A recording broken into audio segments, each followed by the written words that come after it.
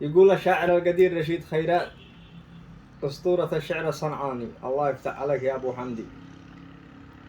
قال الحمد لله سبحانه له الملك وحده يستاهل المحمده، وكل من في السماء والأرض سبح بحمده، الكون قبضة يده، المحصي الخلق والخالق من الشيء ضده آيات متعددة، ساله بجاهه يديم الستر ويجير عبده من ناره الموقده.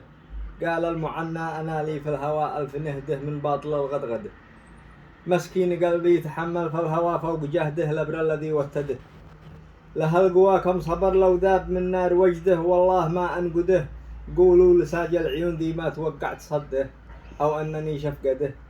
ما حد يفلت خليله ليلة العيد وحده ويقهده مرقده، ما عاد يريد كيف أفرق بين مزحه وجده وكهنه أو جيوده، يوعد ويخلف ويرجع يعتذر بعد مدته أنه نسي موعده، يقلفده قلفده لليوم الغدوة لبعده قد تمني لعدده، والله لو ما يلين ويجي ويوفي بوعده ويبطل اليهوده، لدعي عليه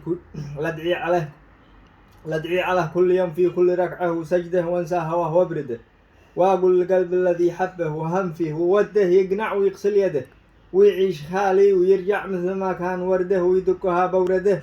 كم سرت كم جيت كم حطيت جيهان عنده، كم لي كم استنجده، ما لان قلبه تلك الآه والآه بعده، وهذه المعدده.